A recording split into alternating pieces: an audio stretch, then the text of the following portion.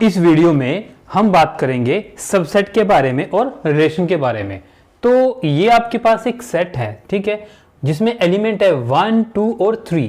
तो सबसेट क्या हो सकते हैं इसके, ठीक है। सबसेट का मतलब है कि इसमें से हम खाली एक को ले लें, वो इसका सबसेट है, दो को ले लें, वो इसका सबसेट है। मीन्स अगर मैं ऐसे लिख सकता हूं कि 1 को अकेला लिख दूं, ठीक है, या फिर 2 को अकेला लिख दूं, या फिर 3 को अकेला लिख दूं यहाँ पर, या फिर 1 को और 2 को अकेला लिख दूं। तो इस तरह से अगर मैं सेट ए के अंदर से कुछ एलिमेंट्स उठाता हूं, चाहे एक एलिमेंट उठाता हूं, 2 उठाता हूं, 3 उठाता हूं और उनका अलग से एक सेट बना देता हूं, ठीक है। तो ये एक सेट है ना, कर्ली बेसिस में है। तो एक एक एलिमेंट उठाया मैंने, उनको कर्ली बेसिस में रख दिया, फिर यहां से 2 एलिमेंट को उठाया, उनको कर्ली बेसिस में रख दिया। तो इस तरह से ये क्या कहलाते हैं, सबसेट्स, ठीक है। ये कहलाते हैं इस सेट ए के सबसेट, ठीक है। तो अब बात ये आती है कि इस सेट ए के या इन जनरल किसी भी सेट के कितने नंबर ऑफ सबसेट हो सकते हैं। तो वो टोटल आपके पास पॉसिबिलिटीज कितनी आएंगी, कितने कॉम्बिनेशन आपके पास बन सकते हैं, ठीक है। तो यहां पर आप देखें कि ये एक सेट है ए जिसके अंदर टोटल एलिमेंट है 3। तो अगर मैं बात करूं कि यहां पर मैं या इसमें से एक कॉम्बिनेशन हो सकता है कि कोई भी एलिमेंट ना उठाऊं, ठीक है, या फिर मैं इसमें से, जैसे यहां पर मैंने लिख दिया ना कि मैंने इसमें से कोई भी एलिमेंट नहीं लिया, तो ये क्या बन गया, एक एम्प्टी सेट। क्या बन गया, एक एम्प्टी सेट। ये हम पढ़ चुके हैं पहले के लेक्चर में, इसको आप 5 से भी डिनोट करते हैं, ठीक है। तो एक सबसेट बन गया 5, मतलब एम्प्टी सेट। फिर मैं एक एलिमेंट को उठा सकता हूं, तो एक एक एलिमेंट को उठाऊंगा तो कितने सेट बन जाएंगे एक एक एलिमेंट के, 3, क्योंकि यहां पर टोटल एलिमेंट ही 3 हैं, ठीक है। और एक एक एलिमेंट उठाऊंगा तो 3 सबसेट बन गए, 1, 2 और 3, ठीक है। फिर नेक्स्ट आपके पास पॉसिबिलिटी है कि आप 2 एलिमेंट उठाओ इसमें से, ठीक है। तो मैंने 1 के साथ पहले 2 को ले लिया, ये एक सबसेट बन गया। फिर मैंने 1 के साथ 3 को लिया, ये एक सबसेट बन गया, ठीक है। उसके बाद हम 2 को उठाएंगे, 3 के साथ एक कॉम्बिनेशन मार दिया, वो एक सबसेट बन गया। या फिर इन तीनों के तीनों एलिमेंट को उठाएं, वो भी एक सबसेट बन गया, ठीक है। तो यही आपके पास पॉसिबिलिटी बन सकती थी ना कि कोई भी एलिमेंट ना हो, एक एक एलिमेंट हो, या फिर 2 एलिमेंट हो, या तीनों के तीनों आ जाएं, ठीक है। तो अब आप देख सकते हैं टोटल कितने बन गए हैं, 1, 2, 3, 4, 5, 6, 7, 8, ठीक है। तो यहां पर n एलिमेंट्स थे आपके पास, ठीक है, और मतलब कि 3 एलिमेंट थे आपके पास। टोटल सबसेट कितने बने, टोटल सबसेट कितने बने आपके पास, 8, जिसको आप लिख सकते हो 2 की पावर 3, ठीक है बात। अब इन जनरल देखें कि क्या फॉर्मूला बनेगा कि अगर मेरे पास एलिमेंट्स दिए हुए हैं, 3 हैं, 4 है, 5 हैं, 6 हैं, तो मैं कैसे निकाल सकता हूं कि टोटल नंबर ऑफ सबसेट कितने होंगे। तो अब आप देखें, ये जो मैंने कॉम्बिनेशन बनाए थे, इसको आप ऐसे लिख सकते हो कि टोटल मान लो n एलिमेंट हैं, ठीक है। n में से मैं कोई भी एलिमेंट ना लूं तो क्या बन गया, NC0। अब टोटल n एलिमेंट में से मैं एक एक एलिमेंट उठाऊं तो बन गया NC1। अब मैं टोटल n एलिमेंट में से 2 एलिमेंट उठाऊं तो बन गया NC2, या फिर मैं टोटल एलिमेंट में से 3 एलिमेंट उठाऊं तो NC3। इस तरह से फिर मैंने कहा था लास्ट में टोटल के टोटल आप एलिमेंट उठा लो जितने हैं, तो NCN। तो ये आपके पास बन गया NC0 plus NC1 plus NC2 plus NC3 up to NCN, ठीक है। तो इसका फार्मूला होता है 1 + 1 टू द पावर n। तो 1 + 1 कितना हो गया, 2 की पावर n। तो यहां पर आपको ये याद रखना है, इंपॉर्टेंट है कि अगर आपके पास सेट है उसके अंदर टोटल n एलिमेंट हैं, तो टोटल नंबर ऑफ सबसेट कितने बनेंगे, 2 की पावर n। और यहां पर आप देख भी सकते हो कि 3 एलिमेंट थे, टोटल कितने सबसेट बने थे, 8। तो 8 को क्या लिख सकते हैं, 2 की पावर 3, क्योंकि 3 एलिमेंट थे। तो यहां पर n की जगह क्या था, 3, तो ये क्या बन गया था, 2 की पावर 3 कितना, 8। तो इस तरह से आप टोटल नंबर ऑफ सबसेट आप निकाल सकते हो किसी भी सेट के, ठीक है जी बात। अब बात करते हैं रिलेशन की। तो रिलेशन क्या है? It is defined as R such that A to B.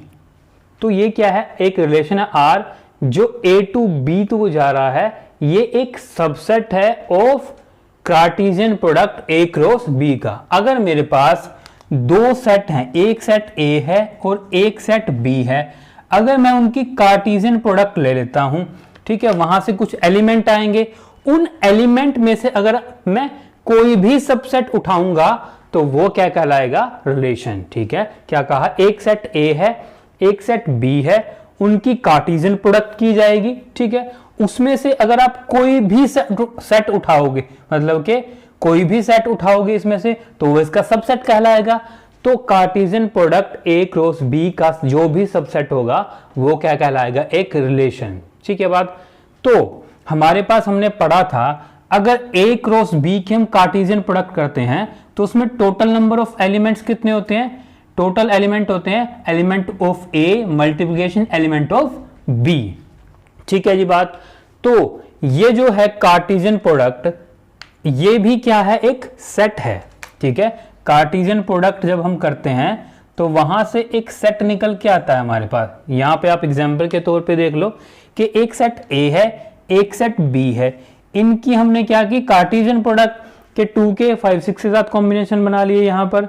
ठीक है, फिर 3 के 5 6 के साथ बना लिए, 4 के 5 6 के साथ बना लिए। ठीक है, तो ये आपके पास क्या बन गया? एक सेट बन गया। ठीक है, तो अगर इस सेट के अंदर हम नंबर ऑफ एलिमेंट निकालना चाहते हैं तो कैसे बनेगा? Element of A multiplication element of B. तो ये हमारे पास ए क्रॉस बी, ये क्या था? एक सेट। ठीक है ना, हमने देख लिया ना, अभी एक सेट था, बी एक सेट था, कार्टेशियन प्रोडक्ट की वो भी एक सेट निकल के आया। तो अब इस कार्टेशियन प्रोडक्ट जो कि एक सेट निकल के आया, उसके अंदर टोटल एलिमेंट कितने हुए हैं? Element of A multiplication element of B. तो अब इसके टोटल सबसेट कितने बनेंगे?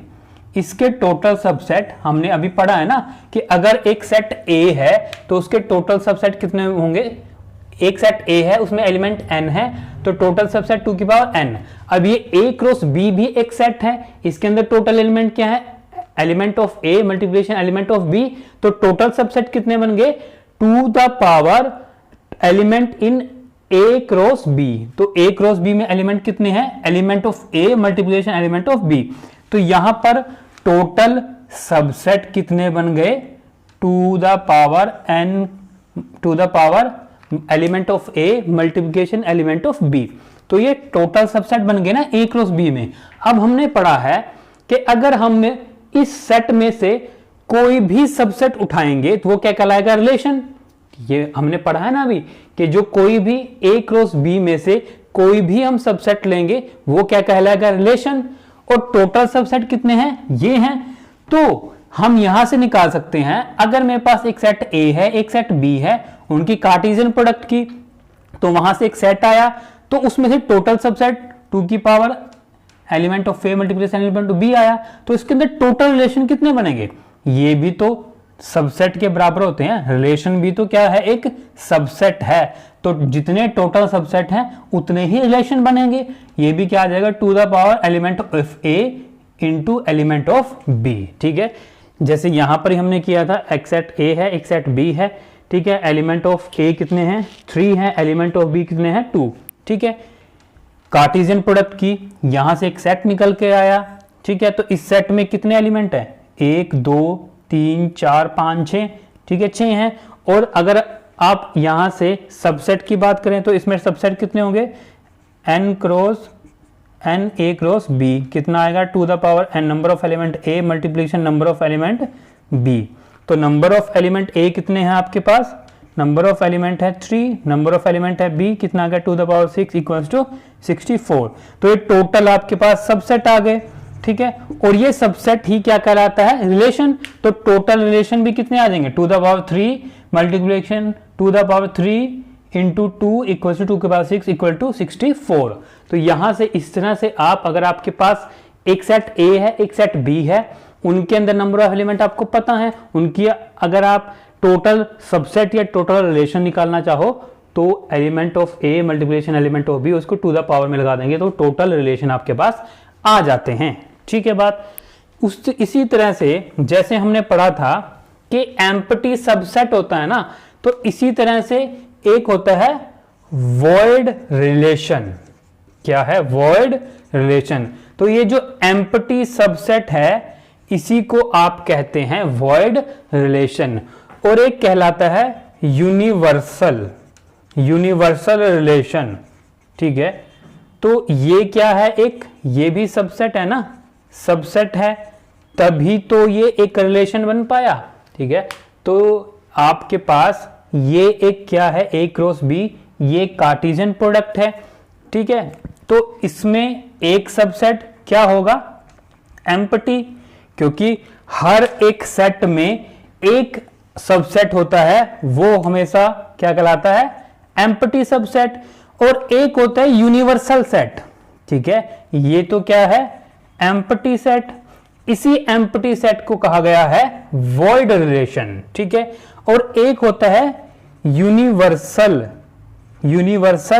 सेट। यूनिवर्सल सेट वो होता है जब हम पूरे के पूरे एलिमेंट्स को उठा लेंगे वो कहलाएगा यूनिवर्सल सेट। ठीक है, एम्प्टी सेट जब हम इसमें कोई भी एलिमेंट ना ले, एम्प्टी सेट, इसी को कहा गया है वॉइड रिलेशन। ठीक है, अगर जैसे ये था इसमें से हम सारे के सारे एलिमेंट ले लें, जैसे अगर इसकी बात करें ये एक सेट है।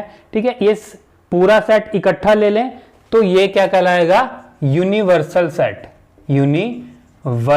सेट। ठीक है, तो यहां पर अगर इसको उठा लें ये भी यूनिवर्सल सेट है। मतलब एक सेट के अगर हम सारे एलिमेंट उठा ले वो कहलाएगा यूनिवर्सल सेट। और इसी ये यूनिवर्सल सेट ये एक सबसेट भी है। ठीक है, और इसी यूनिवर्सल सबसेट को आप कहते हैं यूनिवर्सल रिलेशन। आगे ना बात समझ में? तो अगर मैं इस के कंटेक्स्ट में बात करूं तो वॉइड रिलेशन तो ये आ गया और यूनिवर्सल रिलेशन क्या आ गया? ये पूरा का पूरा सेट। ठीक है, क्योंकि आपने पढ़ा है 11th क्लास में कि एक सेट ए है, एक सेट ए होता है तो वो खुद का सबसेट होता है, सबसेट ऑफ इटसेल्फ। ठीक है, तो एक सेट ए है तो वो खुद का सबसेट भी होता है, तो वही सेट एक सबसेट है। इसी सबसेट को क्या कहा? Universal subset. तो यहीं से ये बन गया यूनिवर्सल रिलेशन। ठीक है जी बात। तो यहां पर जैसे यहां पर ये सबसेट की बात हो गई। ठीक है, अब एक कंसेप्ट है यहां पर कि मान लो मैं यहां से दो एलिमेंट उठा लेता हूं। एक मैंने उठाया, एक सबसेट, मतलब सबसेट उठाया मैंने, एक इसमें से सबसेट उठा लिया। यहां से हमने उठा लिया 2,5 और एक उठा लिया हमने 2,6 और एक एलिमेंट उठा लिया 3, हम मान लेते हैं 3,5। ठीक है, इस सेट के अंदर से मैंने 3 एलिमेंट उठा लिए, वो क्या कहलाया? एक सबसेट। ठीक है, तो अगर मैं इस सबसेट, ये सबसेट है ना, तो ये क्या कहलाएगा? एक रिलेशन। ठीक है बात। तो ये जो आपके पास इस तरह से आप रिप्रेजेंट करते हैं कर्ली ब्रेसिस में किसी सेट को, तो वो क्या कहलाता है? Roster form. क्या कहलाता है? Roster form. ठीक है बात। तो इस तरह से जब आप किसी सेट्स को रिप्रेजेंट करते हैं, मतलब कि जब आप ऑर्डर्ड पेयर में रिप्रेजेंट करते हैं ना, ये ऑर्डर्ड पेयर है ना, ऑर्डर्ड पेयर में अगर आप एलिमेंट्स को रिप्रेजेंट करते हैं सेट के अंदर तो वो क्या कहलाती है? Roster form. ठीक है जी बात। इस तरह से एक होती है डायग्राम, ये रोस्टर फॉर्म है रिलेशन की। ठीक है, क्या है? Roster form of relation. इसी तरह एक डायग्राम की फॉर्म में होता है, मतलब आपके पास एक सेट ए है। ठीक है, एक सेट बी है। ठीक है, तो इस सेट ए में कौन कौन से एलिमेंट है? 2, 3, 4। ठीक है, और बी में क्या है? 5, 6। ठीक है, अब यहां से आपने इस ए क्रॉस बी में से एक सबसेट उठाया जो कि रिलेशन है, तो इस रिलेशन को डायग्राम की हेल्प से आप कैसे रिप्रेजेंट करेंगे, ये 2 5 के साथ रिलेशन बनाया हुआ है, ठीक है। फिर 2 ने 6 के साथ एक रिलेशन बनाया, फिर 3 ने 5 के साथ एक रिलेशन बनाया, ठीक है। तो अगर आपके पास एक सबसेट है जो कि रिलेशन कहलाएगा, तो इस रिलेशन को डायग्राम की फॉर्म में आप इस तरह से रिप्रेजेंट कर सकते हैं। आगे बात समझ में? तो यहां पर रिलेशन के साथ आपके पास 3 टर्म हैं जो इंपॉर्टेंट हैं। सबसे पहली आती है डोमेन, ठीक है। उसके बाद आता है रेंज, फिर है कोडोमेन। क्या है? कोडोमेन। तो डोमेन का मतलब है जो आपके पास सेट है, मान लो ये आपका रिलेशन था ना R, आपके पास एक रिलेशन है A to B है, ठीक है। तो ये जो आपके पास यहां पर ये आपके पास रिलेशन है ना, ये है एक रिलेशन के लेफ्ट साइड में जोन सा भी सेट है उसकी तरफ देखेंगे हम। अब इस सेट के अंदर जो जो एलिमेंट रिलेशनशिप के अंदर हैं, ठीक है। अब यहां पर सेट ए में 3 आपके पास एलिमेंट थे, तो इस रिलेशन के हिसाब से ए के एलिमेंट एक तो 2 है, तो कितने एलिमेंट आ गए यहां पर? 2, फिर 2 है और 3 है, ठीक है। बात यहां पर क्या है? 2 है, 2 है और 3 है, लेकिन ये एक सेट है तो आप रिपीटेडली नहीं लिखेंगे, 2 को एक ही बार लिखेंगे, ठीक है। तो यहां पर डोमेन का मतलब क्या है? जो सेट ए है लेफ्ट साइड ऑफ रिलेशन में जो सेट है, उसके जो जो एलिमेंट रिलेशनशिप में आ रहे हैं उसको आप सेट की फॉर्म में लिख देंगे, वो आपके पास क्या कहलाएगा? डोमेन, ठीक है। बात क्या कहा? जो लेफ्ट साइड में आपके पास सेट है, उस सेट के जो एलिमेंट रिलेशनशिप में आए हैं उनको आप लिख देंगे सेट की फॉर्म में, वो क्या कहलाएगा? डोमेन, ठीक है। तो वो आपने कैसे निकाला, कौन कौन से आए? ये आपके पास दिया हुआ था 2 था और 3 था, यहाँ 2 2 बार था और 3 एक बार था, लेकिन सेट की फॉर्म में उसको एक ही बार लिखते हैं। तो 2 और 3 क्या बन गया? Domain of relation A to B, ठीक है। या फिर A क्रॉस B का नहीं बोलेंगे, आप रिलेशन का बोलेंगे, ठीक है। डोमेन ऑफ, यहां पर नीचे लिख देते हैं, domain of relation A to B, ये वाला जो आपके पास रिलेशन आया है, ठीक है। इस रिलेशन का डोमेन क्या बन गया? 2 और 3 अब अगर रेंज की बात करें तो रेंज का मतलब है आपके पास जो आपके पास राइट साइड में सेट है उसके जो एलिमेंट रिलेशन में पार्टिसिपेट कर रहे हैं। तो यहां पर आप देखिए 5 6 5, लेकिन सेट की फॉर्म में उसको एक ही बार लिखेंगे, तो यहां पर रेंज क्या बन गई? 5 6 के यहां राइट साइड में जो आपके पास है सेट, उसके जो एलिमेंट रिलेशनशिप में पार्टिसिपेट कर रहे हैं वो कहलाएगा रेंज, ठीक है। डोमेन जो आपके पास राइट साइड में सेट है उसके जो एलिमेंट पार्टिसिपेट करेंगे रिलेशनशिप में वो डोमेन, राइट साइड में जो सेट है उसके जो एलिमेंट पार्टिसिपेट करेंगे रिलेशनशिप में वो रेंज। और कोडोमेन का मतलब है कोडोमेन जो राइट साइड में कंप्लीट सेट है। अब कंप्लीट सेट क्या है राइट साइड में? बी, इसके जो एलिमेंट हैं वो कहलाते हैं कोडोमेन, ठीक है। तो ये क्या कहलाएगा? कोडोमेन। अब यहां पर रेंज भी 5 6 बन रही थी और कोडोमेन भी 5 6 बनेगी, क्यों? क्योंकि इस रिलेशन के हिसाब से 5 और 6 पार्टिसिपेट कर रहे थे, तो ये रेंज बन गए। और वैसे टोटल एलिमेंट भी 5 और 6 ही है, तो कोडोमेन, ठीक है। जो कंप्लीट कहते हैं ना, कंप्लीट सेट जो होगा ना राइट साइड में रिलेशनशिप के राइट साइड में जो कंप्लीट सेट होगा वो कहलाता है कोडोमेन, ठीक है जी। बात तो यहां पर आपके पास ये था डोमेन, रिलेशनशिप और रेंज। तो आपके पास इसमें क्वेश्चन आ सकता है, मान लो आपके पास एक क्वेश्चन है कि आपके पास सेट ए है, set A of natural number, natural number का एक सेट है, ठीक है, और एक रिलेशनशिप है आर, रिलेशनशिप आर है, उसके अंदर आपने लिखा x, y सच दैट यहां पर आपके पास x बिलोंग करता है, ये सिंबल होता है बिलोंग a को, और y भी a को ही बिलोंग करता है। लेकिन यहां पर एक कंडीशन है कि x plus 2y equals to 10 आपके पास होगा, ठीक है। आपके पास एक रिलेशन है जिसमें x, y है, x भी a को बिलोंग करता है और y भी a को बिलोंग करता है, लेकिन ये x और y इस हिसाब से आएंगे कि जब x प्लस 2y करो वो 10 आना चाहिए, तो x प्लस 2y करने पर 10 आएगा, वही एलिमेंट इस रिलेशनशिप में आएंगे, ठीक है। तो कंडीशन क्या है आपके पास, x plus 2y equals to 10, और x और y a को बिलोंग करते हैं, और a क्या है, एक नेचुरल नंबर। नेचुरल नंबर क्या होते हैं, 1 2 3 4 5 अप टू सो ऑन, ठीक है, नेचुरल नंबर होते हैं। तो यहां पर आप निकाल सकते हो, x को इस साइड पे ले जाएंगे तो 10, ये आपके पास बन जाएगा 2y equals to 10 minus x, तो y equals to 10 minus x divide by 2, ठीक है। तो हम ये x नेचुरल नंबर है ना, तो x की वैल्यू पुट करना स्टार्ट करते हैं, ठीक है।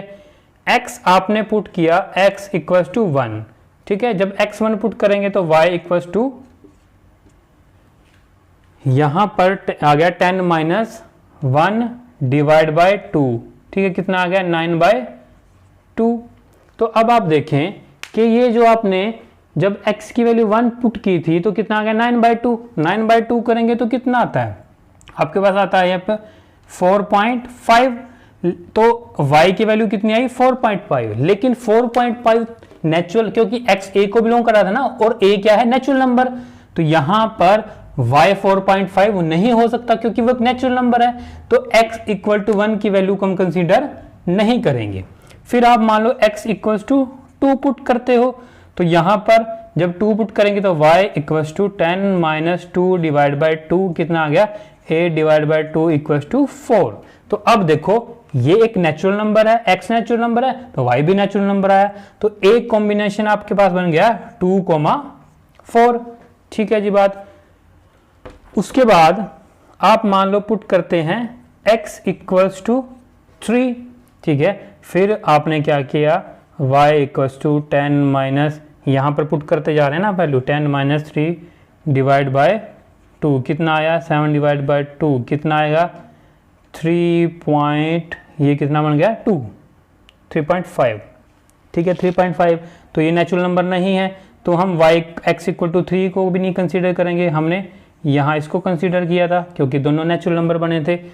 अब आप पुट करेंगे x इक्वल्स टू मान लो 4 पुट करके देख लो, ठीक है, तो y equals to 10 minus 4 divide by 2, कितना आ गया, ये आ गया 6 डिवाइड बाय 2 इक्वल्स टू 3, तो ये नेचुरल नंबर है, ये भी नेचुरल नंबर आया, तो आप इसको कंसीडर कर लेंगे 4, 3। फिर आप पुट करेंगे x इक्वल्स टू 5, तो बनेगा y equals to 10 minus 5 divide by 2, कितना 5 डिवाइड बाय 2, कितना आ गया 2.5, ये नेचुरल नंबर नहीं है, ठीक है बात, तो इसको भी हम कंसीडर नहीं करेंगे।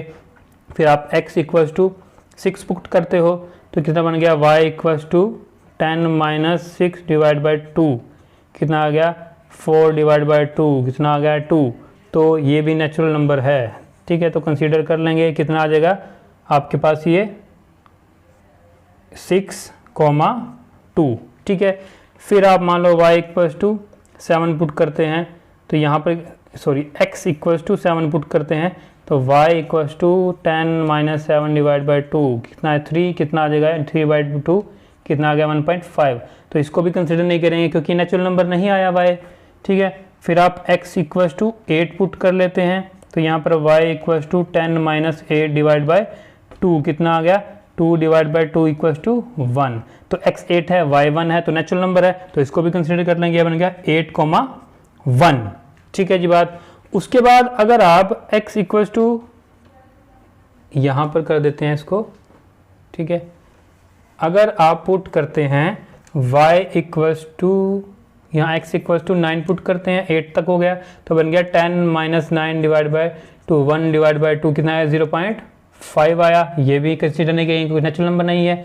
फिर आप y इक्वल्स टू 10 माइनस 10 मतलब x इक्वल टू 10 पुट करेंगे तो कितना आ गया 0 डिवाइड बाई 2, 0 0 भी नेचुरल नंबर नहीं है। फिर आप x इक्वल टू 11 पुट करेंगे ना, तो अब हमेशा ये माइनस में जाएगी y की वैल्यू, तो मतलब यहाँ पर आप स्टॉप कर जाएंगे।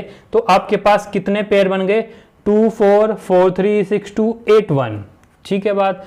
तो इस कंडीशन के हिसाब से आपके पास जो जो रिलेशन बन गया वो क्या बन गया 2 4 4 3 6 2 और 8 1, ठीक है, ये आपके पास रिलेशन बन गया, ठीक है जी बात।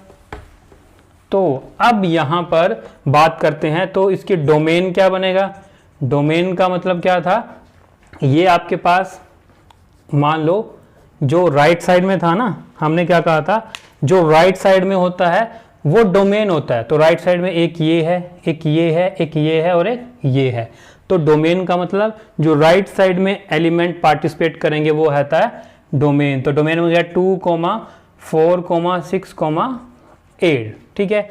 और रेंज क्या होती है, जो आपके पास लेफ्ट साइड में है, जो आपके पास लेफ्ट साइड में पार्टिसिपेट कर रहे हैं वो डोमेन है, और जो राइट साइड में, ये आपके पास राइट साइड में पार्टिसिपेट कर रहे हैं वो क्या है आपके पास, वो आपके पास है रेंज। तो ये कितना आ गया 1 2 3 4, ये आपके पास रेंज बन गई।